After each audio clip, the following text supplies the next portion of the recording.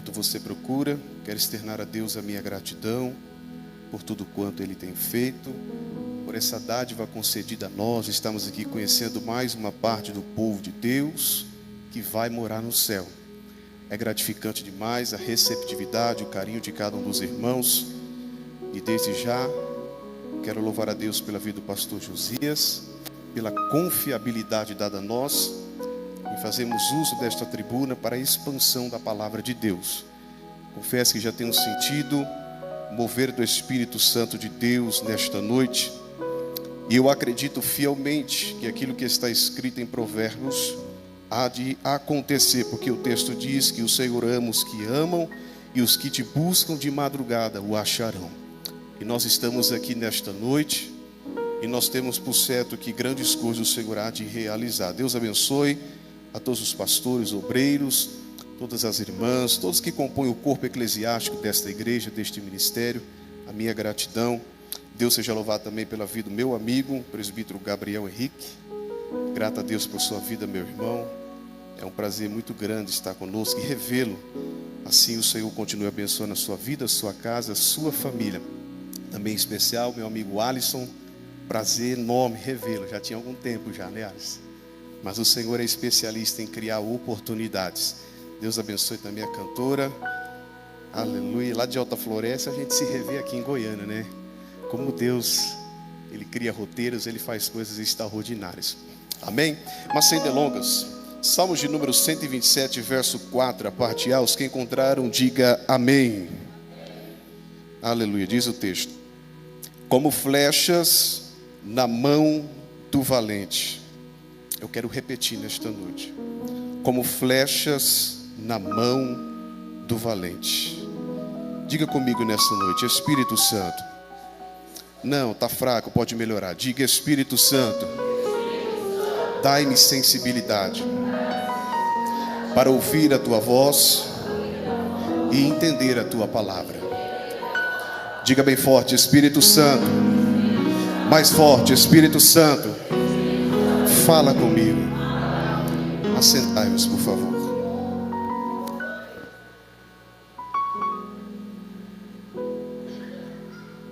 Queridos irmãos, se faz necessário de uma maneira simples, porém objetiva, nos atemos um pouco sobre a explanação do que é o livro de Salmos.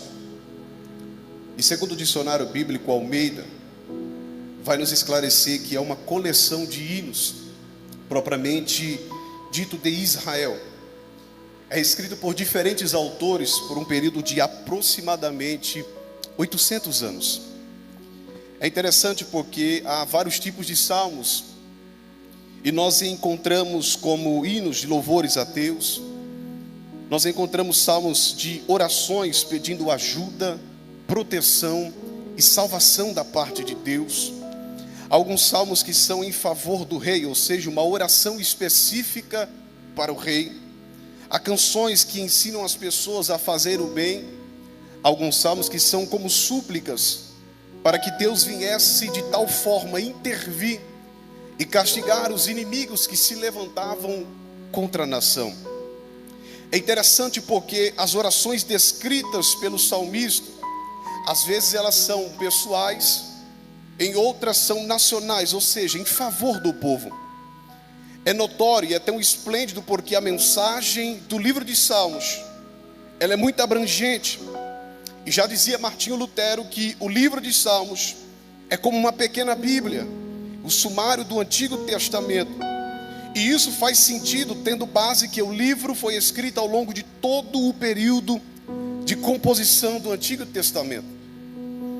Vale ressaltar que o livro, ele mostra quadros que vão desde a reflexão acerca dos atos de Deus e da sua criação, mas também como seu governo sobre a história, até também a eventos que são específicos da vida propriamente dito desta nação, uma nação que por Ele mesmo foi eleita, escolhida e separada.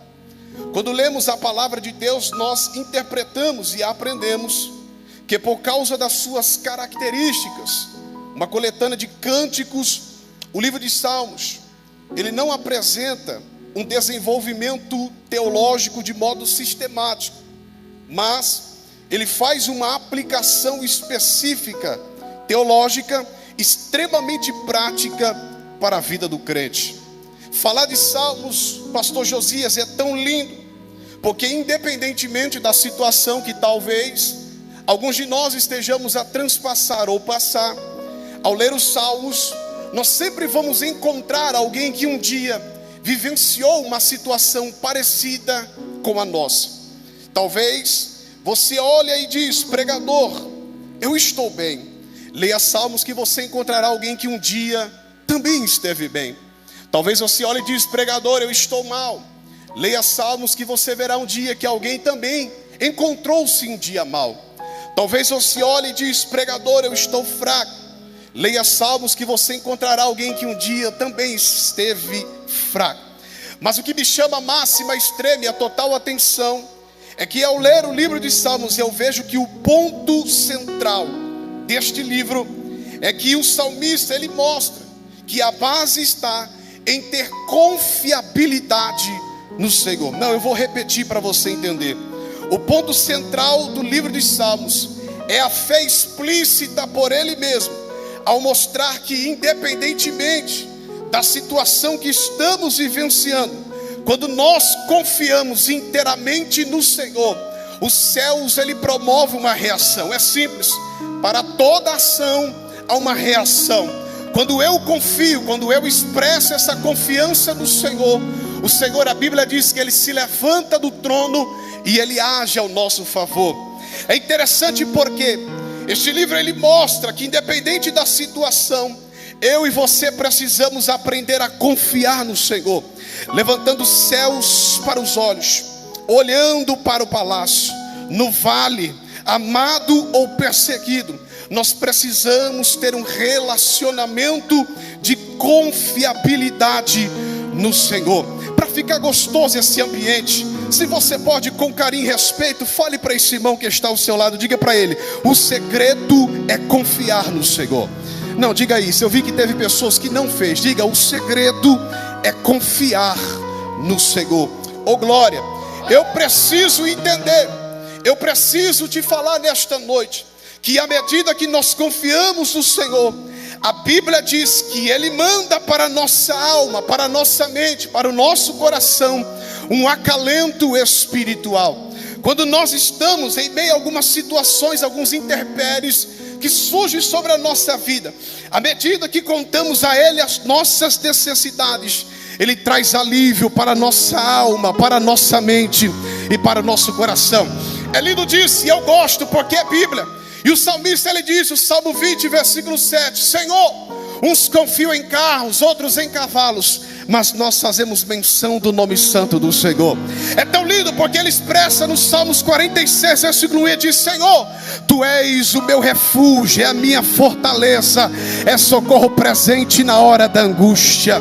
É lindo porque no Salmos 91, versículo 2, ele diz: Senhor, Tu és o meu refúgio, Tu és a minha fortaleza, e em Ti eu confiarei. É lindo porque no Salmo 121, e eu gosto disso porque é Bíblia, ele diz: eleva os meus olhos para os montes, de onde me virá o socorro? Aí vem a resposta: o meu socorro vem do Senhor, que fez os céus, que fez a terra. Oh glória, eu gosto disso porque é Bíblia. E no Salmo 125, versículo 1, ele diz: os que confiam no Senhor são como os montes de Sião, que não se abala, mas permanece para sempre. É por isso que vale a pena confiar, é por isso que vale a pena acreditar nesse Deus, porque independentemente da situação que você esteja vivenciando, na hora principalmente que mais você precisar, aquele que é socorro presente, aquele que não falha, aquele que não tarda, aquele que trabalha com exatidão, ele virá como socorro para a tua vida, para a tua história, para a tua casa. Quem acredita nesta palavra, levante a tua mão e adore. Mas os Salmos de número 127, versículo 4, o qual tomamos por base, ele diz que como flechas na mão do valente. Nos Salmos de número 127, nós conseguimos ver aqui algumas aplicações. E eu quero aqui rapidamente trazer uma pequena visão, um pequeno vislumbre dos versos anteriores, só para não fugirmos do contexto. Porque quando ele diz no versículo 1, se o Senhor não edificar a casa, em vão trabalham os que edificam.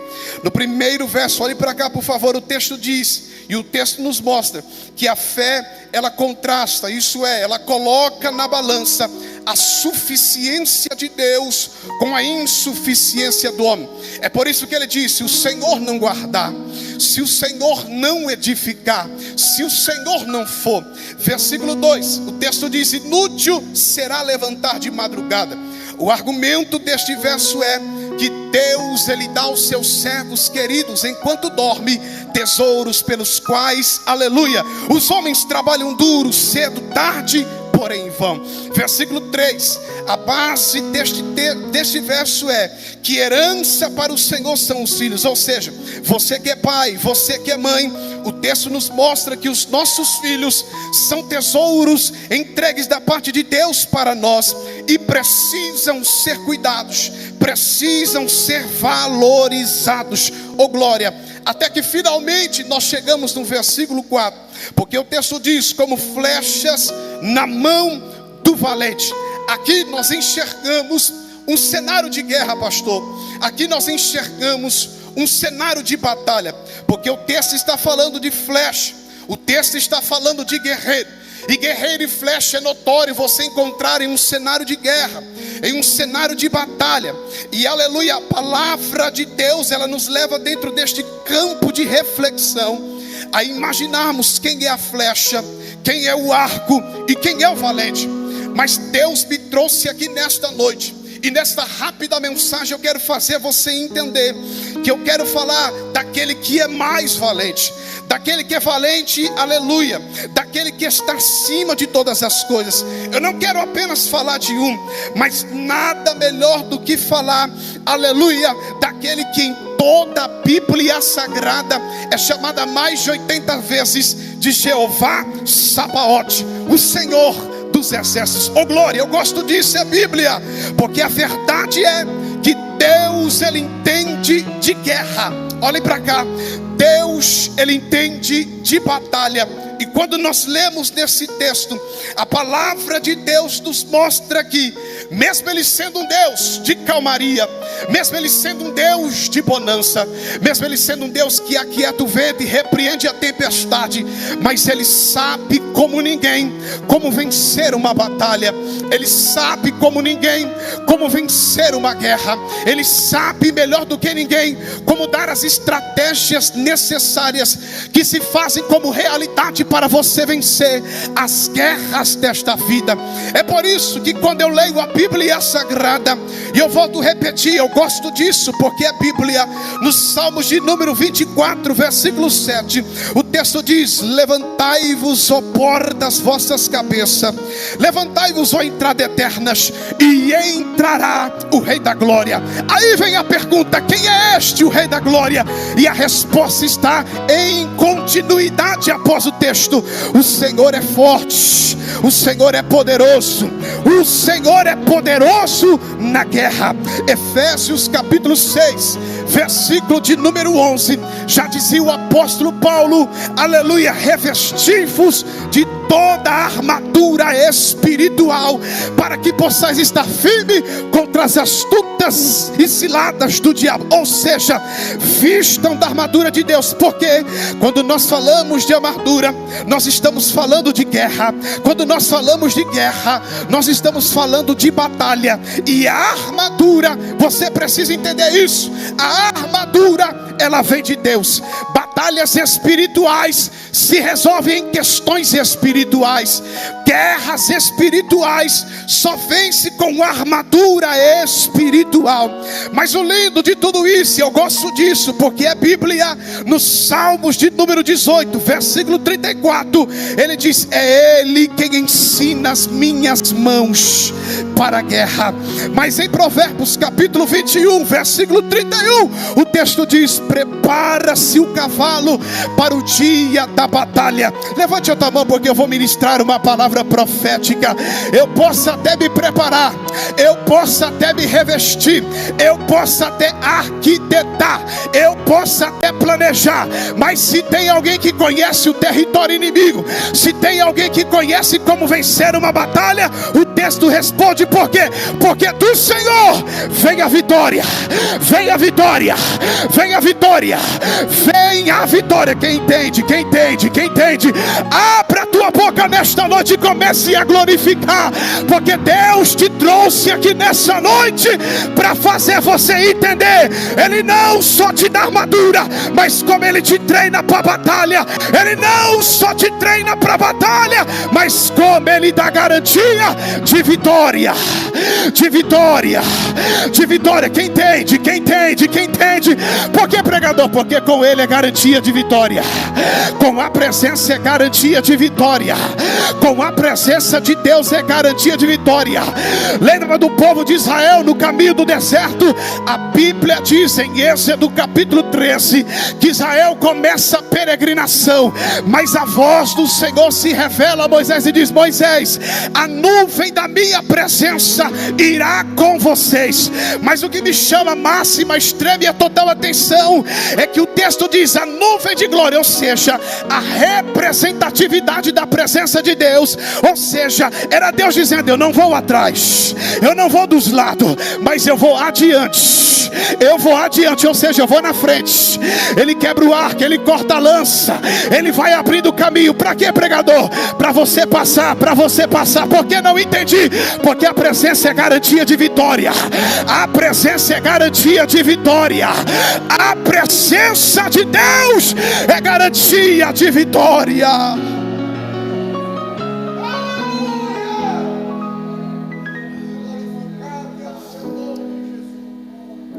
E talvez hoje eu esteja diante de pessoas que estejam vivenciando um cenário de guerra, talvez sobre batalhas espirituais, batalhas físicas, batalhas financeiras, batalhas sentimentais, batalhas matrimoniais e por que não ministeriais. Mas o interessante é que quando eu leio a Bíblia, a palavra de Deus ela se revela. E Deus nos trouxe aqui nessa noite, embasado nesta mensagem, para dizer para a tua vida e para o teu coração: a ordem de Deus é descansa, descansa a tua alma, descansa o teu coração. Pregador, não entendi. É porque quando Deus se revela na sua palavra, Ele está dizendo: nesta guerra não tereis que pelejar, parai, está de pé e vede o livramento que Ele nos concede. O interessante é que se o general tomou uma direção, se o general já se posicionou, se aquele que entende de guerra, de batalha, já está na posição e adiante de nós, aleluia, não temos que temer, não temos do que se atemorizar, porque a Bíblia vai dizer que quando Deus se levanta, oh glória, agindo Ele, quem impedirá? O que é isso, pregador? Não tem bombeiro infernal, não tem capeta do inferno, não tem olho gordo, não tem invejoso, não tem palavra de maldição, não tem feiticeiro, não tem macumbeiro, não tem nada que possa impedir. Por quê? Porque quando Deus se levanta do seu trono, quando Deus se posiciona, oh aleluia, quando Deus se posiciona em favor do seu povo e da sua igreja, a garantia de vitória, oh glória, é Deus dizendo nessa noite: eu te trouxe aqui para fazer você entender que nesta situação que você está passando, tu não está só, Ele está contigo. Ele se revela sobre a tua vida e toma pela tua mão e diz: não temas, porque eu te ajudo, eu te carrego e te sustento.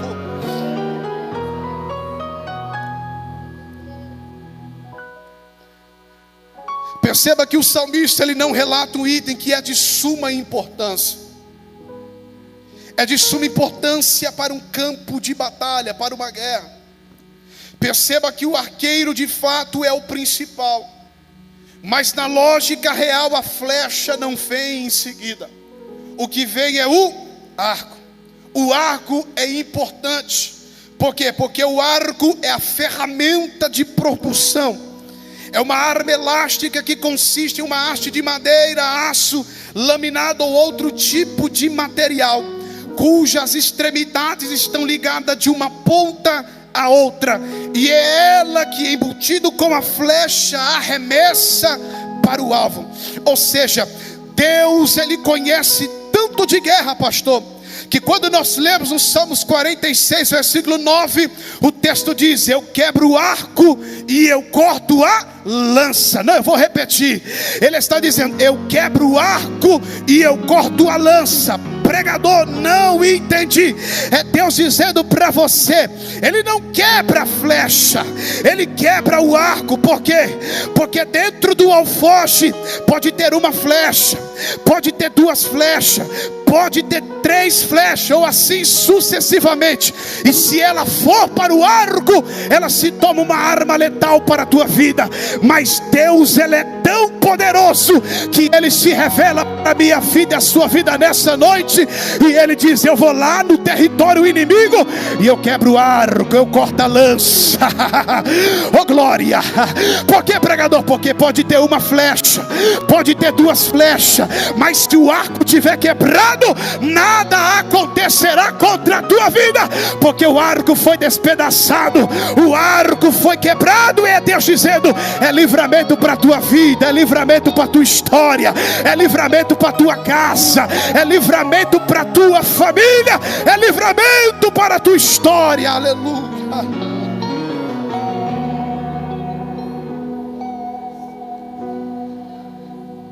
E mais importante do que a flecha é o arco e o arqueiro. O arqueiro é o Senhor. E quem é o arco? Trazendo para um contexto nos dias de hoje, não ferindo a exegese bíblica, nós podemos ater esse contexto e dizer: aleluia, que o nosso pastor, o seu pastor, aleluia, Ele é. É por isso que crente sem pastor, jovem sem pastor, pessoas sem liderança, sem ensinamento, aleluia, é flecha sem arco. Ou seja, Deus está dizendo: você pode até ser afiado, você pode até ser um instrumento lental, você pode até saber cantar, saber de dicções, notas, você pode até ser entendido, conhecido na palavra, ter bacharel em teologia ou estudo que for, mas a Bíblia está dizendo: se não tiver o arqueiro, se não tiver o arco, o presbítero Gabriel não vai para o alvo. Oh glória! E digo mais nessa noite: o que tem de flecha querendo se tornar arco, nunca foi pastor e quer pastorear, nunca sentou para ouvir, quer levantar para falar, nunca foi curado e quer curar. Mas Deus está dizendo: não queira ser aquilo que Ele ainda não vocacionou, mas tem uma coisa, Ele diz: ficai na vocação que foste chamado. Por que, pregador? Porque no tempo certo, oh glória! Tem crente que já pegou aqui a revelação desta palavra. Porque no tempo certo o arqueiro vai pôr a mão no afroche, oh glória, oh aleluia, e a flecha será lançada para o alvo. Então fique tranquilo, porque aquilo que é para acontecer na tua vida vai acontecer. Não tem ninguém que vai impedir, não tem ninguém que vai tomar o que é teu, não tem ninguém que vai sentar na onde é para você sentar, não tem ninguém que vai aonde é para você ir, porque aquilo que é para você é para você. Oh glória, eu gosto disso, porque é Bíblia. Eu já vi Deus quebrando muitas coisas. Deus quebra muralha, Deus quebra cadeias, oh aleluia, Deus derruba gigantes. Mas se tem uma coisa que Ele não quebra, é princípio. Deus trabalha com princípio. A Bíblia diz que Ele chamou o profeta e diz: vai na casa de Jessé, porque eu já tenho alguém que é escolhido. Azeite santo é para cabeça santa, óleo ungido é para ungido. E a Bíblia diz que quando ele chegou na casa, passou Samar, passou Abinadab, passou, e Samuel olhou e disse: Senhor, e aí, acabaram-se os mancebos? Oh glória! Mas quando eu leio, eu gosto disso, é Bíblia. ampliar. A palavra vai dizer que o menor ainda estava lá, e ele olhando diz: manda chamar, porque enquanto ele não chegar, nós não assentaremos. Oh, glória a Deus, dizendo: a promessa é tua, a palavra que foi liberada é tua. Ei, varão solteiro, a varão é tua. Aquela vaga de emprego vai ser sua. A porta que é para abrir vai abrir. O milagre vai acontecer, porque Deus é um Deus de princípio. E a Bíblia diz: ele não é homem para que minta, nem tão pouco filho do homem para que se arrependa. Diria ele, não faria, ou falaria e não cumpriria. Ele é fiel. Ele é fiel. Cutuque o vizinho da esquerda, da direita e diga: Deus é fiel. Vai. Diga: ele é fiel. Diga: Deus é fiel. Deus é... Adore. Uramanda séria.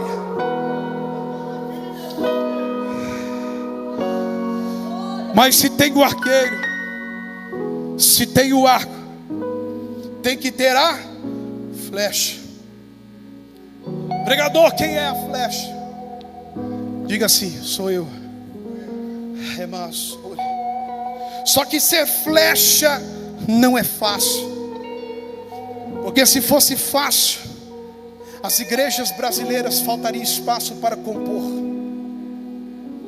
Ser flecha não é fácil.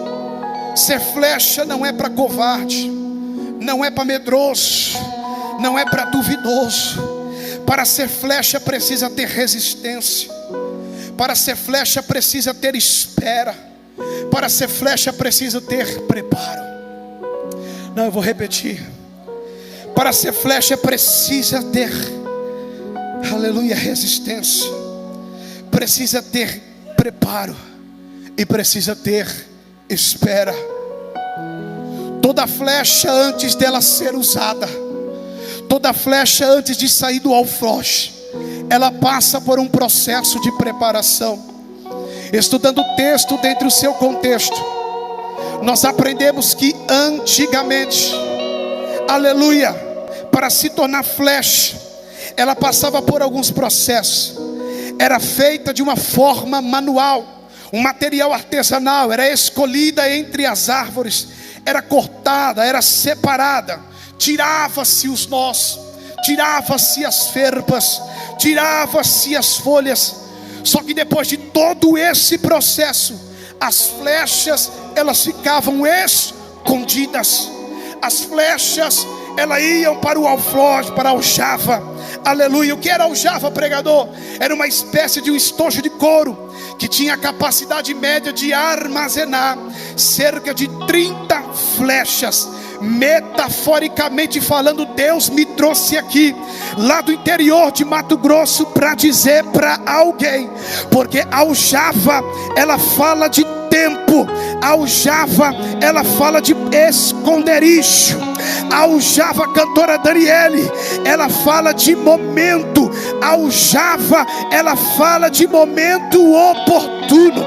É Deus dizendo: algumas coisas que eu fiz sobre a sua vida, era eu tirando as ferpas, era eu tirando as folhas, era eu moldando, era eu preparando, era, oh meu Deus, estou vendo uma mão levantada ali já entendendo. Era eu te dando resistência, era eu te dando preparo, era eu te dando estabilidade, era eu gerando em você experiência. Mas o que acontece, pregador? Depois de todo o processo, a flecha, ela ainda vai para uma última etapa. Se coloque de pé, porque é aqui que eu quero terminar a minha mensagem.